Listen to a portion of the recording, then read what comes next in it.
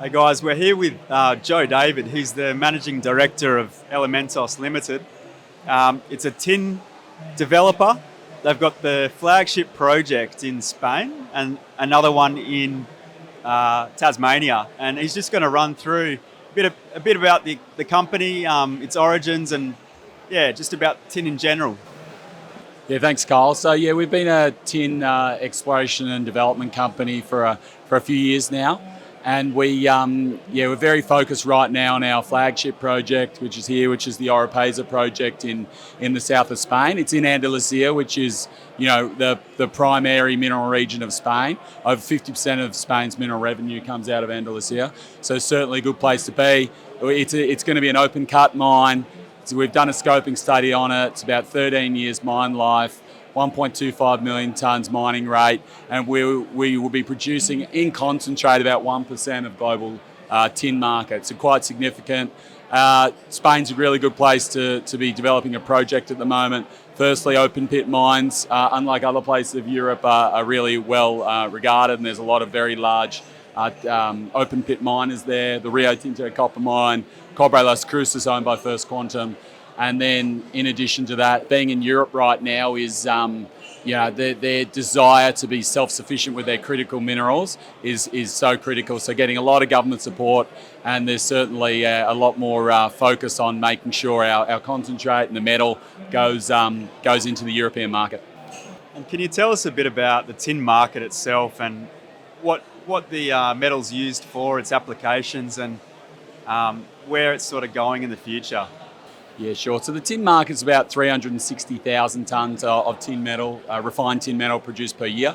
You look at the major producers. China is the major producer, then it goes Indonesia, then you got the South American guys, you got Peru, Bolivia, then you got the guys in Africa, you got the Democratic Republic of Congo and Rwanda, and then you have a number of other producers, including Australia, that make up a very small amount of the global market. So, a lot of those countries don't have the greatest history of being environmentally responsible or labour practices.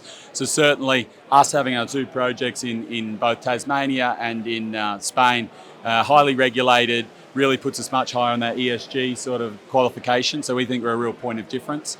In saying that, the market, when you start looking at demand, historically the growth rate of tin has been about 1.8%, but with the electrical revolution, the green infrastructure and all the rest and the EVs and where the world's moving with electrification, tin's use as a solder, which currently is about 50% of the use of tin, goes into the solder. Solder connects electrical circuits, all the critical components. So pretty much the growth from now, historically 1.8%, definitely, basically a midpoint range is they think the growth's going to go to about 3 to 4%.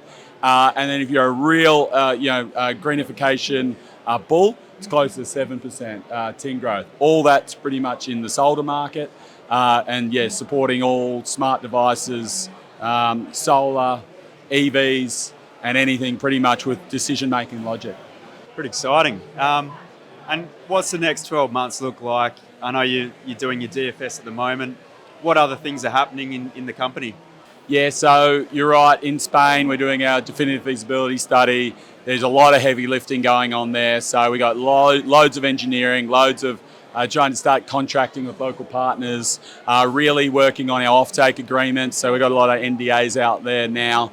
Offtake agreements, that'll support project financing in the first half of next year. In parallel to that, we've also got our full regulatory applications in there. So our mining license application, our environmental documents that will support our environmental approval. There are Kiva approvals, processing in parallel. So next year should be a great year for us in terms of completing a DFS, getting our regulatory approvals, and being a long way down the path to funding the project.